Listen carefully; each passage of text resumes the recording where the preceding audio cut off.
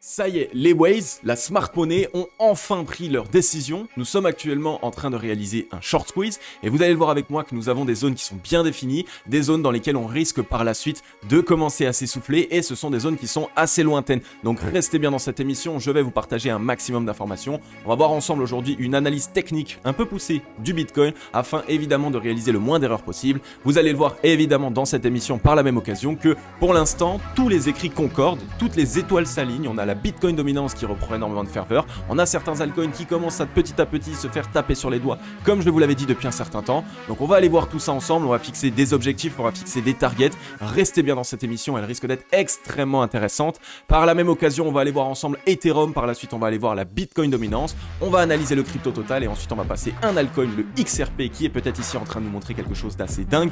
Donc restez bien dans cette émission les amis jusqu'au bout, parce que nous avons beaucoup de choses à traiter ensemble. Hello à toute la team Logique, ravi de vous retrouver dans cette nouvelle analyse du marché crypto-monnaie. On est aujourd'hui le mardi 1er mars 2022 et il est midi 24 à l'heure à laquelle je tourne cette vidéo. Alors petit aparté évidemment avant d'entamer l'émission, vous l'avez vu, ça fait 2 jours que je n'ai pas réalisé d'émission, simplement parce que j'ai eu ce besoin de souffler. Vous l'avez peut-être vu aussi déjà dans les dernières vidéos, je commençais vraiment à prendre beaucoup de fatigue, donc j'ai dû prendre ici 48 heures pour pouvoir me recentrer sur moi-même, pour pouvoir essayer aussi de souffler, de se calmer, etc. De toute façon, j'avais pris on va dire les dernières ressources d'énergie que j'avais pour vous produire l'émission d'il y a 2 jours et à l'intérieur il y avait tout, donc n'hésitez pas les amis à mettre un gros like et un gros commentaire si vous êtes vraiment ravis de la pertinence de la dernière émission et on va aller voir ensemble maintenant une analyse technique sur le Bitcoin parce que maintenant que la décision est prise, maintenant que les Waves sont en train d'essayer d'aller taper les shorts, quelles sont les zones stratégiques que nous devons attendre, quelles sont ces zones-là que nous avons des chances d'aller taper, et bien c'est exactement ce qu'on va voir ensemble dans cette émission. On est ici sur le Scalpex Index, un Crypto Fear and Greed de retour dans le neutre 51, ce qui est plutôt un bon signal puisque on est simplement dans la neutralité, on n'est pas retourné dans la joie, etc. Donc ça montre qu'on a encore la possibilité de pousser plus haut avant potentiellement d'avoir un certain retour. Donc ça c'est un bon signal et vous le savez maintenant aussi, pour celles et ceux qui ne savent pas, un short squeeze, ce n'est pas quelque chose qu'on va réaliser en une seule bougie, en un seul mouvement. Un short squeeze c'est quelque chose qu'on va réaliser sur plusieurs jours afin d'aller taper les shorts et aussi évidemment de mettre toute la force acheteuse que nous avons dans une seule et même direction et c'est exactement ce qu'on va voir ensemble. On a un social index qui est bloqué sur up et un market order flow en recherche neutre cet après-midi, des gros murs de vente qui commencent à s'empiler ici, donc attention là évidemment, mais c'est tout à fait normal puisqu'on est en train de prendre une certaine décision. Donc qu'est-ce qu'il s'est passé? Pourquoi est-ce qu'on a assisté à ce mouvement? Bien, premièrement, dans l'émission d'il y a 2 jours, je vous avais parlé d'un potentiel épaule tête-épaule inversé qui était en train de se mettre en place. C'est une figure chartiste de retournement haussière qui permet de mettre tout le monde dans le piège, puisque cette épaule ici fait peur aux acheteurs, cette épaule ici fait peur aux acheteurs, la tête évidemment ça a été le coup de grâce j'ai envie de dire, donc cette figure ici, l'épaule tête épaule inversée, c'est la figure préférée des Waves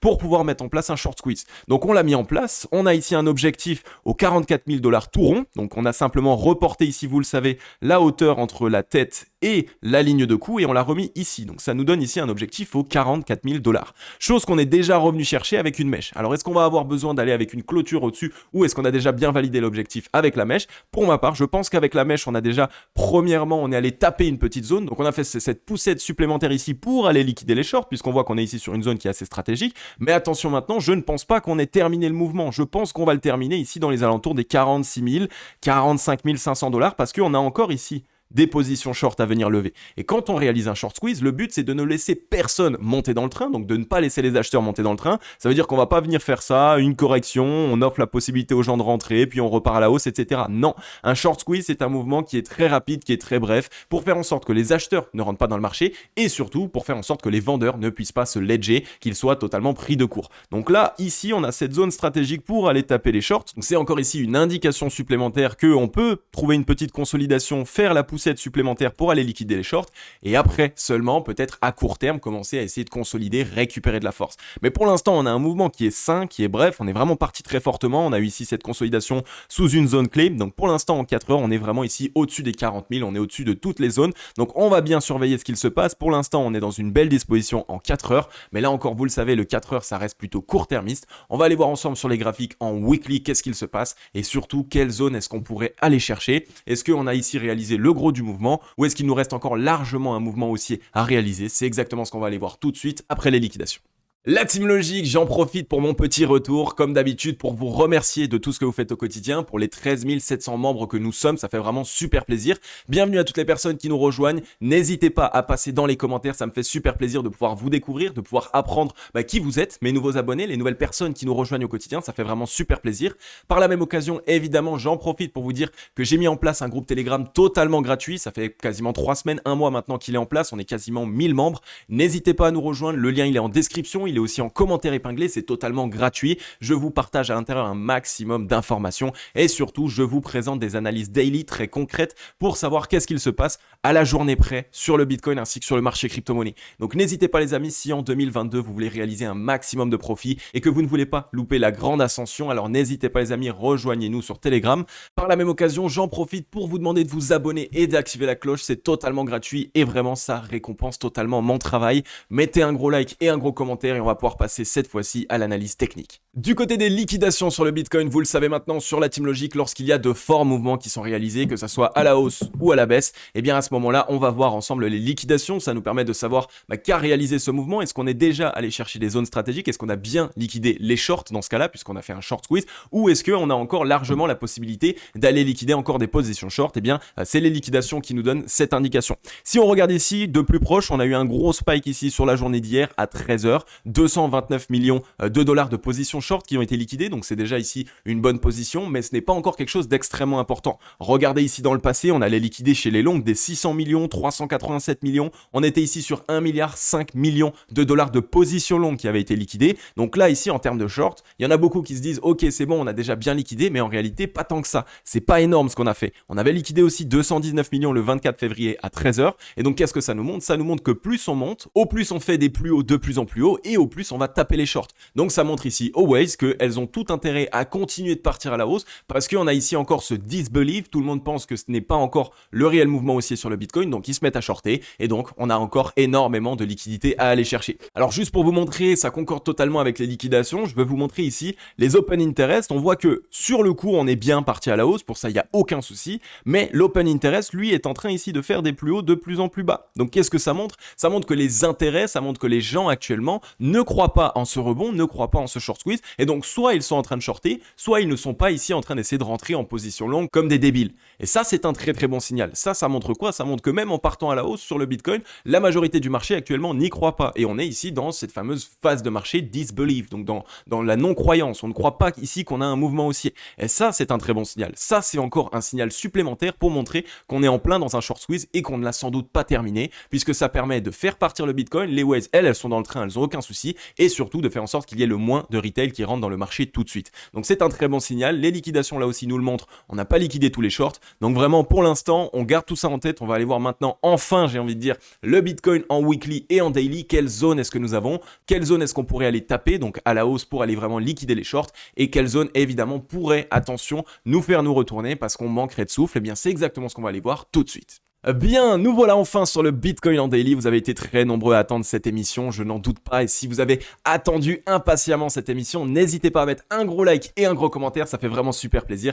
Et ça bénéficie totalement à la chaîne puisque ça permet à de nouvelles personnes comme vous de comprendre ce qu'il se passe sur le marché crypto-monnaie, sur le Bitcoin, et donc de pouvoir, pourquoi pas, surfer sur la hype en 2022, surfer sur toutes ces opportunités. Sur le Bitcoin, on va le passer ici rapidement en daily puisque l'émission d'aujourd'hui va être plus weekly. Vous le savez, généralement le lundi on met en place l'émission weekly, mais hier je n'ai pas fait d'émission, donc ça va être aujourd'hui, on va faire 2 émissions en une. Sur le Bitcoin, on est ici dans ce triangle d'accumulation, on le voit très clairement avec une trend qui nous maintenait à la baisse ici depuis le 27 décembre 2021, chose qu'on a cassée. Donc hier on l'a cassé, ce matin on voit qu'on est revenu tranquillement le tester avec une petite mèche, et ça généralement c'est un bon signal puisque ça peut permettre par la suite vraiment d'empiler un chandelier japonais assez important. Donc je vous ai comme d'habitude réalisé l'objectif, donc ici j'ai fait le report pour vous montrer comment est-ce que j'ai fait. On prend ici immédiatement l'ouverture du triangle et donc on reporte ici sur la zone de cassure. La zone de cassure qui se trouve juste sur la gauche, excusez-moi puisque c'est ici. Donc ça nous ramènerait ici à un objectif aux 58 259 $. Alors attention, vous le savez maintenant, on ne va pas forcément faire ici de manière très très brève directement aller jusqu'aux 58 000 $, mais l'objectif actuel est aux 58 000 $. Et pourquoi est-ce que c'est une zone qui est stratégique et que c'est pas une zone anodine? Bien on voit qu'on a ici immédiatement une zone dans laquelle les shorts ont pu positionner leur stop loss, donc une zone de liquidation pour les shorts. Donc si ici les waves voulaient récupérer des liquidités liquidités. On voit que sur cette zone ici, il y a pas mal de liquidités short qu'on pourrait essayer de liquider. Ensuite, on a ici aussi le point un petit peu plus haut aux 60 000 $. Là, pareil, beaucoup de liquidités short à pouvoir essayer de chercher. Donc, on a vraiment ici une zone qui est totalement stratégique et on voit que le report de l'objectif ne nous envoie pas n'importe où. Il nous envoie dans une zone qui est totalement stratégique, qui a une cible et qui permet d'aller liquider les shorts, d'aller récupérer évidemment de la liquidité chez les shorts. Si on regarde maintenant sur le MACD, on vient à peine de cross la zone de neutralité. Est-ce qu'on a mis en place un double bottom quasiment ici? Oui, on est bien sur ce double bottom, donc pour l'instant c'est encore un bon signal. Cassure de ligne de coup, donc ça nous montre quoi? Ça nous montre que c'est bon. Enfin, les acheteurs vont pouvoir ici ouvrir la trappe et commencer à faire rentrer des liquidités acheteuses sur le mouvement. Donc là, pareil, ça nous montre sur le MACD qu'on est au début du mouvement et qu'on n'est pas du tout en train de s'essouffler. On est en train de faire rentrer du volume, là encore un très bon signal. On était venu faire la mèche de liquidation et par la suite on est parti de l'autre côté. Donc généralement ça nous montre qu'il y a vraiment tout ce qu'il nous faut pour pouvoir essayer de repartir et par la même occasion le setup est très propre puisque ici on a mis en place un M-top et ça c'est un mauvais signal. Je vous l'ai expliqué, je vous ai dit attention, ça fait peur au marché crypto-monnaie. Pour cette raison je vous avais dit d'attendre ici un bottom plus haut que le précédent, chose que nous avons fait. Et donc une fois qu'on a fait ça, j'ai envie de dire que c'est la figure de prédilection des whales puisque on met en place ce M-top, donc tout le monde dit que c'est la fin, mais en fait on met en place un M-top dans un double bottom et ça nous montre ici qu'il fallait simplement regarder le deuxième bottom. Tant qu'il était au-dessus du précédent, c'était un bon signal. Donc là, le double bottom est un bon signal. On a ici un objectif juste pour le double bottom aux 52 332 $. Et là, pourquoi est-ce qu'on irait un petit peu plus haut? Simplement pour mettre en place une mèche, pour aller taper les shorts, pour vraiment les saigner, j'ai envie de dire. Donc une fois qu'on arrivera là-haut, oui, attention, à ce moment-là, on pourra tenter de s'essouffler à court terme, avoir une certaine correction, revenir chercher un niveau de support, etc.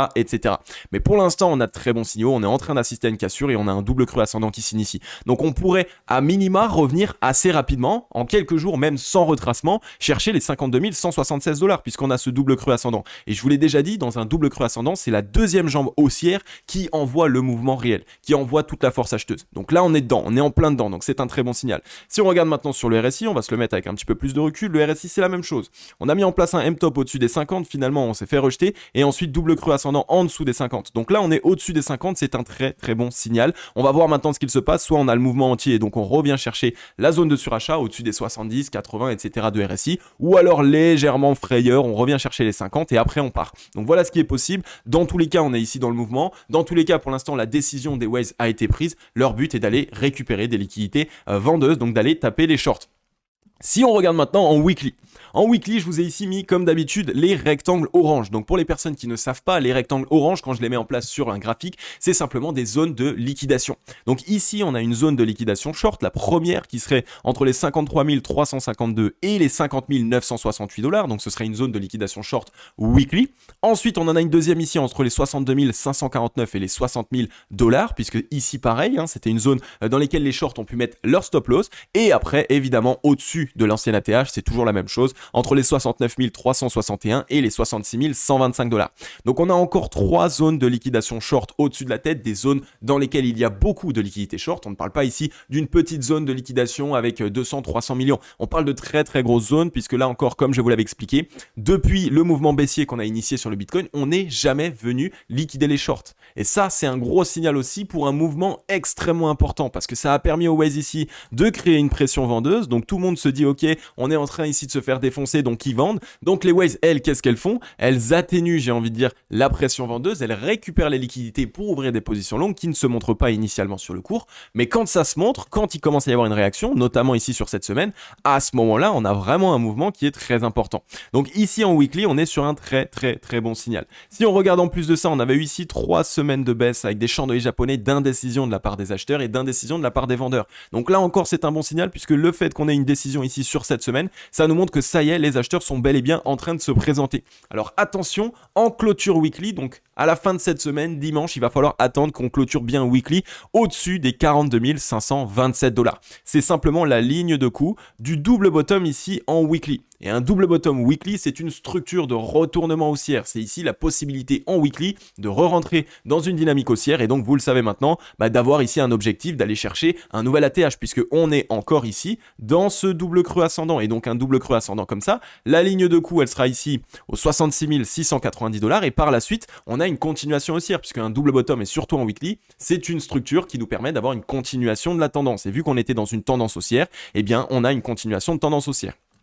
Alors pour trouver un objectif, eh bien j'ai simplement tracé la garage zone du précédent mouvement ici haussier, d'accord? Donc pour savoir à peu près jusqu'où est-ce qu'on pourrait aller. Donc l'extension de Fibonacci, la garage zone entre les 2 et les 1,618 de Fibonacci, nous envoie ici un objectif entre les 93 000 $ et les 109 068 $. Donc là encore, zone pas au hasard, c'est une zone qui est connue de tous, les 100 000 $, on les attend, mais attention, les Waves, elles, ne vont pas vendre aux 100 000 $, elles vont vendre un petit peu avant pour déjà commencer à prendre des profits. Et donc, elles vont commencer à vendre depuis les 93 000, voire même légèrement en dessous. Donc, elles vont commencer peut-être à vendre entre les 90 000 et les 109 000.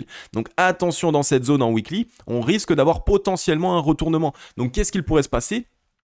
Fort mouvement ici, donc on vient ici revenir, on revient chercher les 60 000, on se fait rejeter, on revient tester en tant que support les 53 328 $ par exemple, ligne de coup du double bottom évidemment, et ensuite on trouve le rebond pour ici aller s'essouffler. Quand on arrive dans cette zone, on s'essouffle. Donc là, attention, ici on pourrait mettre en place un M-top, se faire rejeter, et là revenir chercher la ligne de coup du précédent double bottom. Donc c'est tout à fait normal, c'est comme ça que ça fonctionne, on fonctionne sur des équilibres. Ça veut dire que ici, pour venir chercher cette zone, on sera déséquilibré à la hausse. Ça veut dire qu'on sera trop haut par rapport à ce qui est réellement le cas. Il va y avoir de l'euphorie, etc. Donc là-haut, c'est trop haut.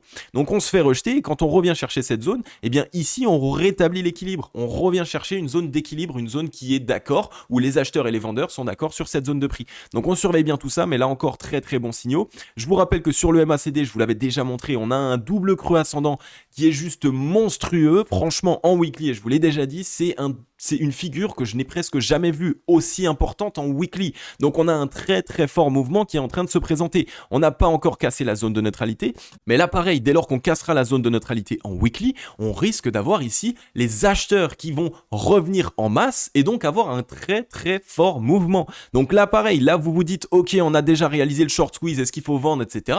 Mais on n'est que sur le début. Un short squeeze, c'est pas un mouvement qui se fait en 3 jours, c'est un mouvement généralement qui se fait en 1 semaine, 2 semaines, un très très fort mouvement. Donc on surveille bien tout ça, le double bottom, pareil en weekly, techniquement on a ici une belle semaine qui est en train de se présenter, mais on n'a pas encore cassé la zone de neutralité. Donc qu'est-ce que ça montre ? Ça montre que les acheteurs ne se sont même pas encore extrêmement présentés. Donc on assiste à une capitulation des vendeurs, les vendeurs ici n'arrivent plus à nous faire partir plus bas. Là ici on assiste simplement à une réaction du cours spot par rapport à l'accumulation de la smart money, pas par rapport à l'euphorie, pas par rapport au retail, juste par rapport à ce que la smart money a accumulé. Donc ça c'est le premier mouvement.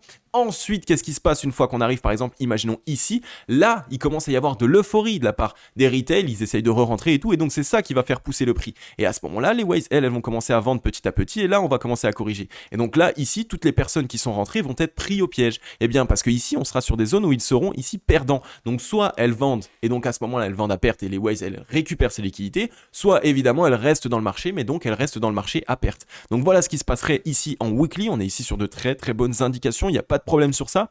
Double creux ascendant sous les 50, on est en train de revenir tester non loin des 50. Pour l'instant, on a bien cassé la ligne de coup du double creux, donc au 44,78. Donc là, pareil, très très bonne initiative. Normalement, on devrait avoir un beau retour au 70. Là, une fois qu'on serait arrivé au 70, je pense qu'on aurait un rejet. On reteste les 50 et à ce moment-là, on revient dans la zone ici immédiatement de surachat. Et donc, c'est exactement ce que j'avais dit. On reviendrait ici, là. On revient chercher une zone de support, 50 000 $, zone psychologique. Les 50 000 $, c'est vraiment ici cette zone. Petite mèche de frayeur, évidemment, vous la connaissez maintenant. Et par la suite, on va ici rechercher notre objectif. Donc là, pareil sur le Bitcoin, j'espère que vous avez bien compris, on a vraiment tout plein de zones, on a tout ce qu'il faut actuellement pour nous montrer où est-ce qu'on pourrait commencer à s'essouffler et aussi quelle zone est-ce qu'il ne faut pas commencer à vendre en se disant ok mince, on a déjà réalisé tout le mouvement, je prends mes profits. Attention les amis. Et si on regarde maintenant sur le ruban de mobile, pareil, regardez, double creux ascendant sur l'EMA 89. Je vous l'ai dit, dans mon scénario, l'EMA 89, c'est ma dernière zone. Si on avait clôturé weekly en dessous, pour ma part, j'aurais eu un signal de vente. Et vous le voyez, on est venu vraiment juste à ça, de faire capituler tous les plans d'action d'investissement. Heureusement pour moi, mon plan d'action d'investissement, il est un petit peu moins en sécurité, j'ai envie de dire, puisque la plupart des gens, ils auraient déjà vendu, même beaucoup sont déjà sortis du marché. Moi, j'attendais la cassure, la clôture weekly en dessous. Donc, il n'y a pas eu le cas, double creux ascendant, on est en train de récupérer le ruban. Je vous l'ai montré en weekly, le ruban, il est tout petit, il est à plat, puisqu'on est dans un range. Donc là, pareil, ça va être très simple pour nous de le casser. Le MA21 se trouve au 45 686 $. Si on clôture weekly au-dessus cette semaine, c'est un énorme bon signal et donc là on a vraiment la possibilité d'aller chercher les 53 000 dans la semaine prochaine. Par contre si on clôture en dessous ou alors à l'intérieur du ruban, attention tout de même, évidemment il va falloir qu'on reste prudent. Mais la fameuse ligne de coup 42 395 $, c'est la zone fatidique. Si en weekly on clôture au-dessus, alors on a le double creux ascendant et on a une reprise haussière. Maintenant si on regarde au niveau des volumes profile, Ça va nous permettre de voir un petit peu quelles zones risquent d'être des zones assez difficiles à passer. Donc on voit qu'on est revenu récupérer une zone de volume profile la plus importante. Donc ça, c'est un très bon signal. Ensuite, on a un spike de volume profile aux 49 399 $, 46 941. Donc ça, c'est une zone qui, attention, pourrait ici nous faire du tort. Donc à voir. Soit la semaine prochaine, on la passe directement avec une semaine très importante. Donc on réalise le short squeeze et donc on revient facilement casser cette zone. Et à ce moment-là, on risque de s'essouffler uniquement dans les 57 255, 56 000 $. D'accord? Donc ensuite, on a ici un creux de volume profile. Donc ce qui pourrait être fait, c'est on pousse, on vient faire ici la poussette supplémentaire, 60 000 $, on se fait rejeter et on revient chercher ici les 50 000 $ et on range un petit peu en weekly pour faire en sorte ici de créer un niveau de support sur ce creux de volume profile. Puisque vous le savez, les creux de volume profile, lorsqu'on essaye de réaliser un mouvement haussier, c'est des zones dans lesquelles on aime ranger, on aime récupérer de la force parce que les waves, elles, soit se mettent à vendre tranquillement sur cette zone, soit elles font leur petit patatras. Vous le savez, il va y avoir beaucoup d'échanges qui vont être réalisés, de l'achat, de la vente, etc. Et donc ça permet ici de créer un spike de volume profile supplémentaire, une zone qui a été très travaillée et donc potentiellement une zone de support long terme pour la suite. Donc surveillez bien tout ça. Pour l'instant, vous l'avez vu, toutes les indications sont là. Le short squeeze est en train de se mettre en place. On a liquidé les longues avant de partir à la hausse. Bref, il y a tout ce qu'il faut. Donc pour les personnes qui êtes déjà dans le train, eh bien évidemment les amis, profitez. Pour les personnes qui n'êtes pas encore dans le train et qui se demandent est-ce que c'est le moment d'entrer, eh bien ça peut être le moment, oui, parce que comme vous le voyez sur un short squeeze, c'est seulement le début. Donc vous avez peut-être raté la première semaine, mais vous n'avez pas raté la 2 et peut-être 3e semaine. Par contre, attention à bien avoir un plan d'action d'investissement bien rodé avec les zones que je vous ai données, les zones à la hausse, donc les zones dans lesquelles on risque de s'essouffler, mais aussi évidemment par la suite de l'autre côté, les zones sur lesquelles on pourrait trouver rebond. Donc un Bitcoin qui est dans une belle disposition. On va aller voir maintenant ensemble Ethereum.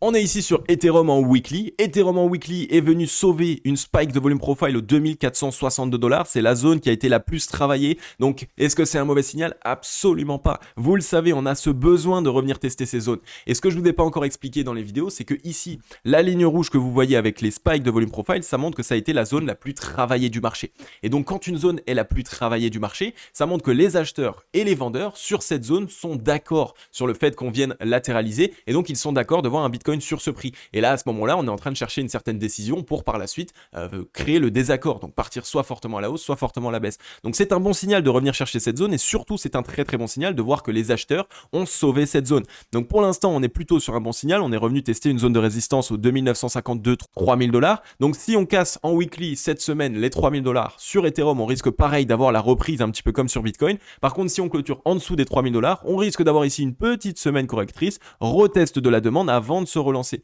Donc Ethereum, je vous l'ai dit, il peut être un petit peu latent, avoir 3-4 jours, voire une semaine de retard sur le Bitcoin, mais on reste dans une belle disposition. Si on regarde maintenant sur le RSI, double creux ascendant sous les 50. Donc là, pareil, il a un tout petit peu de retard par rapport au Bitcoin, mais pareil, c'est un très bon signal. Si on casse la ligne de coup au 45-58 ici en weekly, à ce moment-là, on a un double creux ascendant qui nous ramènerait lui aussi au 70 de RSI sur Ethereum. Donc vraiment surveillez tout ça, il n'y a pas de mauvais signaux pour l'instant. Ethereum pareil, un ruban de mobile qui est plutôt petit, donc on pourrait le casser assez facilement. On a sauvé au dernier moment le MA89. MACD, on a ici un beau double creux ascendant qui s'initie, on est en train de repartir. Donc là, ce qui pourrait se passer, c'est qu'on revient tester la zone de neutralité, on se fait rejeter et là seulement, on initie le double creux ascendant. Donc disons que Bitcoin pourrait avoir un petit peu d'avance. Je vous l'ai montré hier là aussi, je vous ai dit que Bitcoin est en train d'essayer de récupérer de la force et pour cette raison, on est allé taper sur les doigts des altcoins. Je vous l'ai montré, le Bitcoin a totalement affaibli les altcoins ces derniers temps. Donc c'est vraiment le Bitcoin qu'il va falloir qu'on surveille pour ces prochains temps et pour cette raison, on va aller voir ensemble la Bitcoin dominance. Du côté de la Bitcoin dominance en weekly, comme vous le voyez pour l'instant, c'est extrêmement propre. On est en train de casser les 43%. On s'était fait rejeter de cette zone en weekly et pour l'instant, on a une décision qui est totale de la part des acheteurs. Donc là, je vous l'ai déjà expliqué, on a ici un objectif entre les 46% et les 47,55%. Donc on risque d'aller de toute façon chercher cette zone.